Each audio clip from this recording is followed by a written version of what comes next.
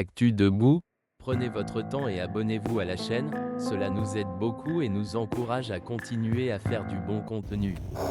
Si vous aimez la vidéo, DONNEZNOUS un pouce en l'aimant, merci et profitez du reste de la vidéo. Chers compatriotes, Togolaises, Togolais, le compte à rebours est épuisé. Au bout de 62 ans de résistance et de soulèvements populaires successifs héroïques du peuple togolais, voici venue l'heure de la conclusion de la lutte de libération du Togo, entrée dans sa phase la plus décisive depuis la constitutionnalisation de la dictature militaire monarchique absolue. L'heure a sonné. Deux voies, deux possibilités s'offrent au peuple togolais en lutte. L'abstention massive pacifique et l'action massive pacifique. Je vous parle de l'agir par abstention, c'est-à-dire l'abstention active ou l'action par abstention et de l'action proprement dite. Il s'agit concrètement du nombre s'abstenant massivement et pacifiquement ou du nombre agissant massivement et pacifiquement. Ce sont là les seules voies sûres de libération totale et définitive du Togo qui évitent au peuple togolais des torrents de sang et un cortège de malheurs de trop de la part du régime prêt à plonger le pays dans le néant avant de partir. Conclure la lutte de libération sans effusion de sang est possible si et seulement si, sur tout le territoire national et partout dans la diaspora, en tant que peuple, nous nous abstenons ou agissons pacifiquement ensemble, portant une seule et même exigence, le départ de Gnassingbé Faure. Nous disons souvent que personne ne viendra libérer le Togo à notre place. C'est vrai, mais en le disant, nous devons comprendre que nous, c'est chaque Togolaise, chaque Togolais, chaque village, chaque ville, chaque préfecture, chaque région du Togo. Il nous faut, comme un seul homme, observer l'abstention massive pacifique ou mener l'action massive pacifique. Tous ensemble, au même moment, durant un ou des jours précis, indiqués à travers un mot d'ordre non équivoque, portant uniquement sur le départ de Gnassingbé Faure, voie ouverte pour une transition chargée des réformes et des élections dignes de ce nom, après la libération sans délai et sans condition des détenus politiques et des détenus arbitraires. La libération du Togo, c'est par nous et personne d'autre. C'est maintenant ou jamais. Conforme à mes principes, comme à mon habitude, je ne demande pas aux partis politiques, aux associations, aux leaders d'opinion, aux activistes politiques, encore moins au peuple togolais tout entier, de se mettre derrière moi ou derrière le Parti national panafricain. Non, ce serait trop prétentieux de ma part et abortif de l'élan national patriotique décisif. J'appelle, comme toujours, à un alignement derrière un objectif primordial qui n'est autre que le départ de Gnassingbé Faure. Un peuple, peuple togolais, un combat, libération du Togo, un objectif, départ de Gnassingbé Faure. À l'heure du combat ultime décisif pour l'avenir de notre cher pays, le Togo, s'impose une compréhension totale de l'exception togolaise qui doit nous conduire jusqu'à la genèse, l'origine. Il s'agit de libérer le Togo à partir de la déconstruction de l'énigme de départ. Notre dextérité doit nous conduire à appliquer la stratégie de la non-violence à partir du temps zéro du régime. Dans cette optique, la question fondamentale est: d'où vient le Togo actuel, le Togo tel que nous le connaissons aujourd'hui, le Togo de 2025? Autrement dit, d'où vient la dictature militaire monarchique absolue dans cette grande prison à ciel ouvert, plongée dans une éclipse totale interminable des longs couteaux? La réponse, tout le monde la connaît. Le Togo de 2025 vient du 13 janvier 1963.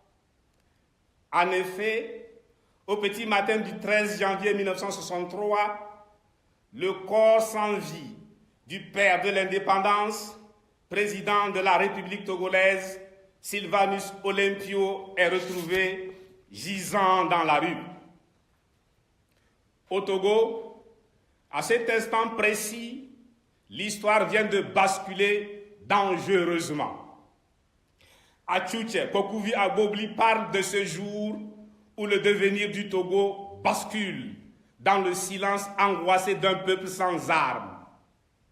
Le drame aux conséquences durables sur la politique togolaise et sur l'évolution de l'Afrique noire pèse lourd sur le destin du peuple togolais et de l'Afrique.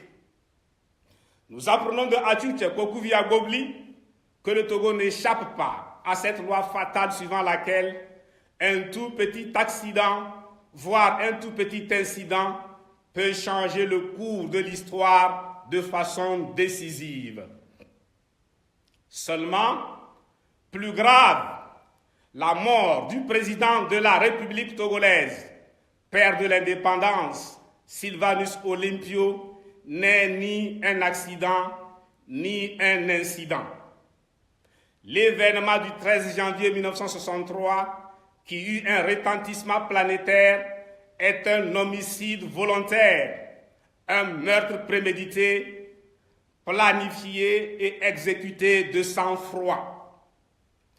Ainsi, Étienne Eyadema, qui deviendra Gnassingbé Eyadema, selon ses propres termes, arracha le pouvoir. En fait, il arrache le pouvoir en arrachant la vie. Et lorsqu'il dit « j'ai arraché le pouvoir », il entend par pouvoir la souveraineté du peuple togolais et l'établissement du droit de propriété absolu sur le Togo. C'est pourquoi le putschiste du 13 janvier 1963 n'a pas décrété de jour de deuil national. Il n'a pas non plus ordonné la mise en berne du drapeau national sur le territoire national. Ce que j'appelle le crime originel du 13 janvier 1963 constitue indubitablement l'acte fondateur de la dictature militaire monarchique absolue.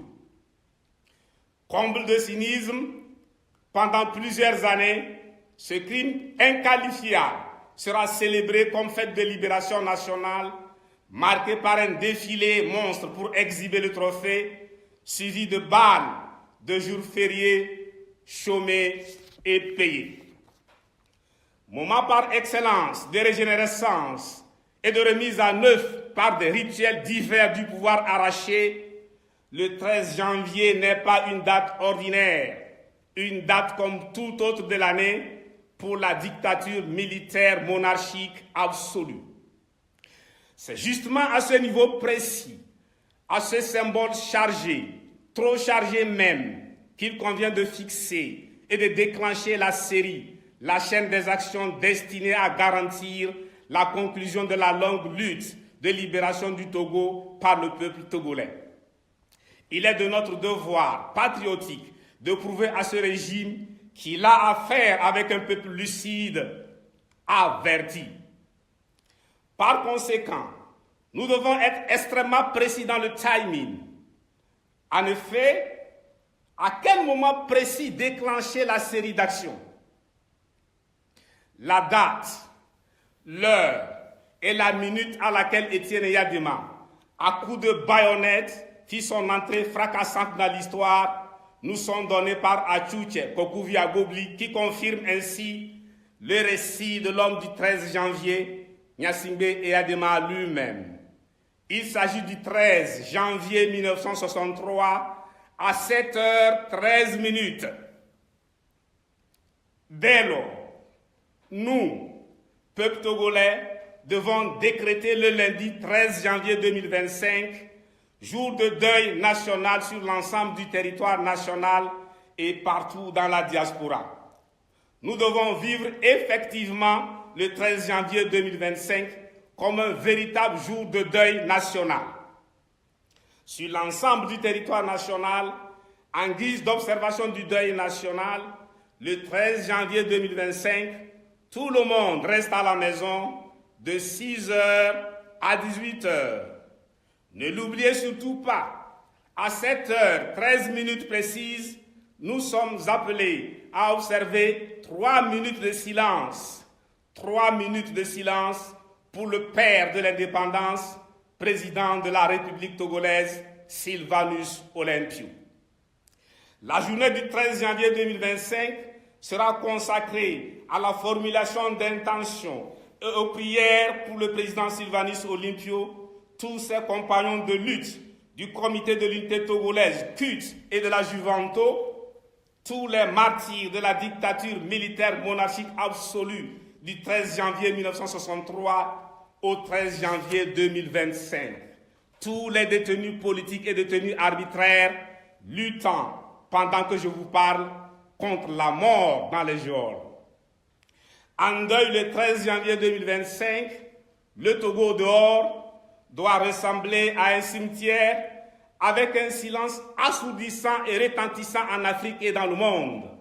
Il est question pour nous, peuple togolais, de reproduire autant que faire se peut la même onde de choc qui a traversé l'Afrique et le monde après avoir paralysé le Togo dès l'annonce du drame du 13 janvier 1963.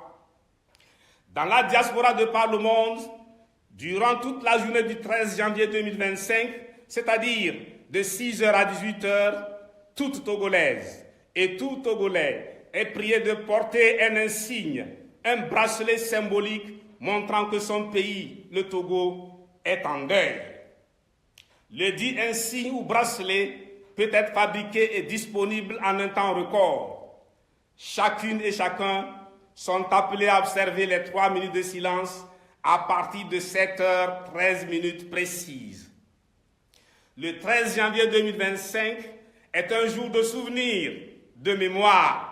De ce fait, sur les réseaux sociaux, nous sommes invités à partager abondamment et avec plaisir entre nous et avec les Africains et le monde épris de justice, de vérité, de liberté, les images, les vidéos et les discours du président Sylvanus Olympio.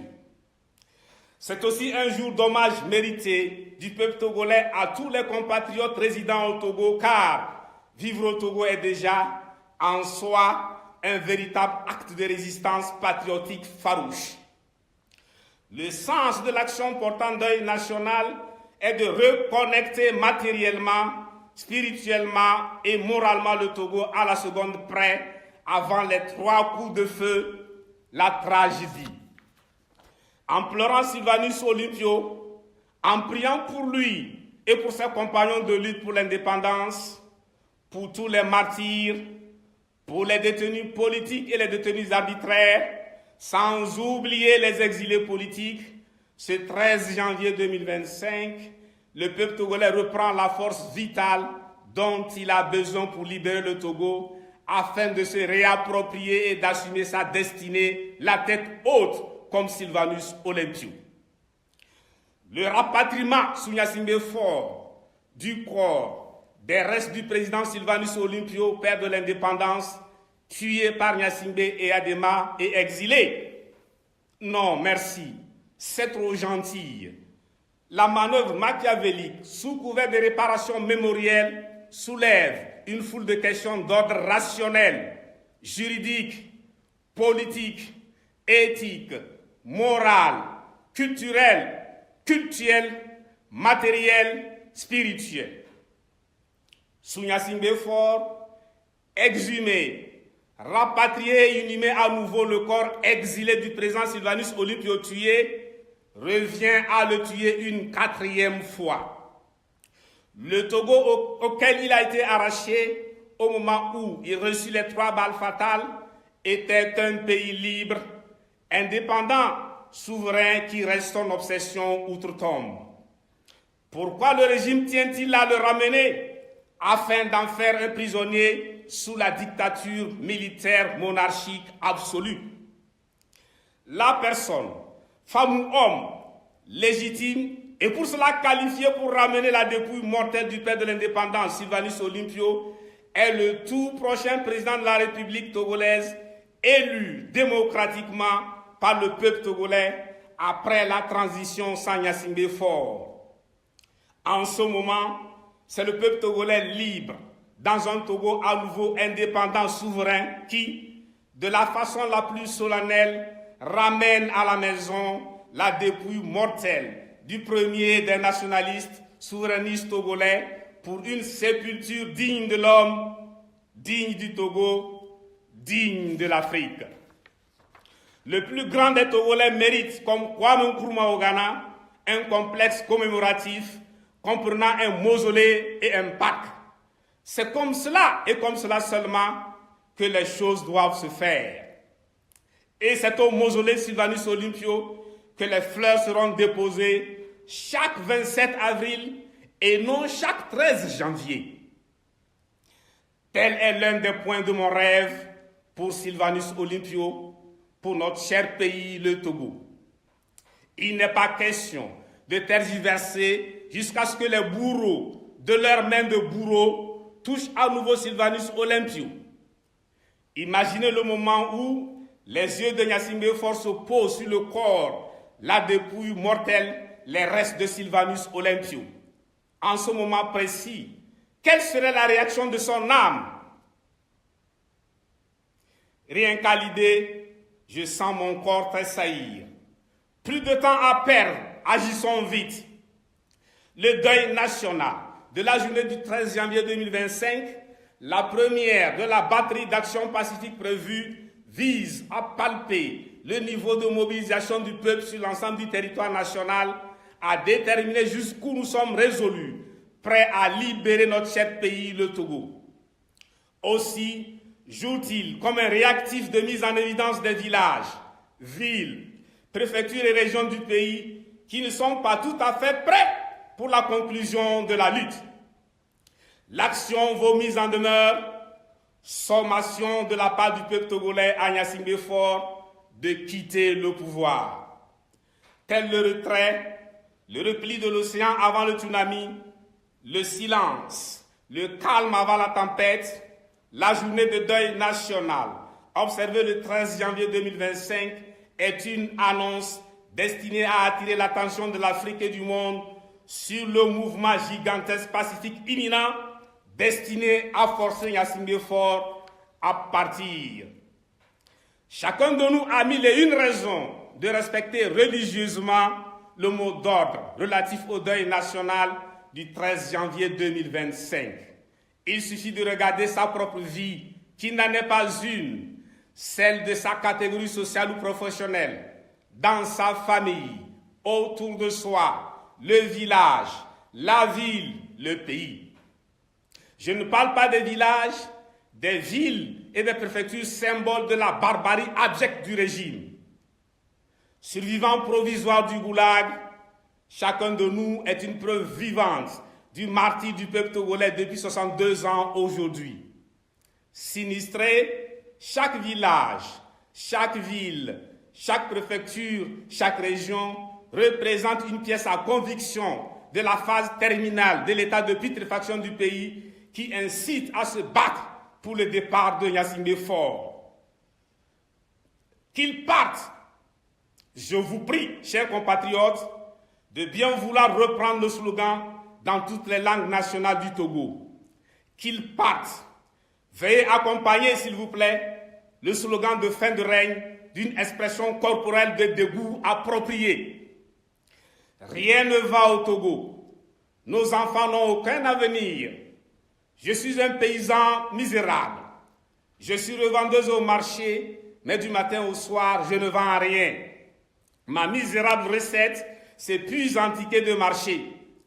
Commerçant dépouillé par l'OTR, je me retrouve endetté vis-à-vis des fournisseurs. Nos marchés sont incendiés à l'approche de chaque 13 janvier. Je suis un entrepreneur, je suis un transporteur. J'ai travaillé pour l'État qui m'a mis à genoux. J'ai faim et je dois plusieurs mois de loyer. J'ai perdu, faute de soins, mon épouse à l'accouchement. Je refuse d'être une jeunesse à l'espoir bouché, une jeunesse sacrifiée par la dictature. Exprime ton ras-le-bol en restant à la maison ce 13 janvier 2025 de 6h à 18h. Observe 3 minutes de silence à partir de 7h13 minutes. Je suis Émidjan, conducteur de tricycle aujourd'hui. Si je suis Émidjan, conducteur de tricycle aujourd'hui, c'est parce que je n'ai pas le choix. Sinon, j'ai un master, j'ai un CAP, je suis maçon, je suis carreleur, je suis menuisier, je suis un staffeur. Je suis un mécanicien, mais faute de clients, j'ai une natte à la maison et une natte au garage. À la maison comme au garage, je dors les yeux ouverts, le ventre creux, avec en poche une ordonnance médicale de mon enfant malade renvoyé de l'école pour défaut de paiement de frais de scolarité. Depuis 2 ans, aucune nouvelle de mon fils aîné, parti par le désert pour l'Europe. Ne parle pas, voici l'opportunité en or pour t'exprimer. Reste à la maison ce 13 janvier 2025 de 6h à 18h. N'oublie surtout pas d'observer les 3 minutes de silence à partir de 7h13 minutes. Quand je pense à tous ces morts, ces handicapés à vie, ces détenus politiques, ces détenus arbitraires, ces exilés politiques. 5 octobre 1990, Lagune de Baie, Frau Jardin, 5 février 2005. 19 août 2017, Boukar Kerim, Tavio Ayawa Morin, Achucha Kokuvia Bogli, Anselme Sinandare, Douti Sinaleng, Idrissou Moufidou, les corps séquestrés des enfants tués. Lundi 13 janvier 2025, 6h à 18h, 3 minutes de silence à partir de 7h13 minutes.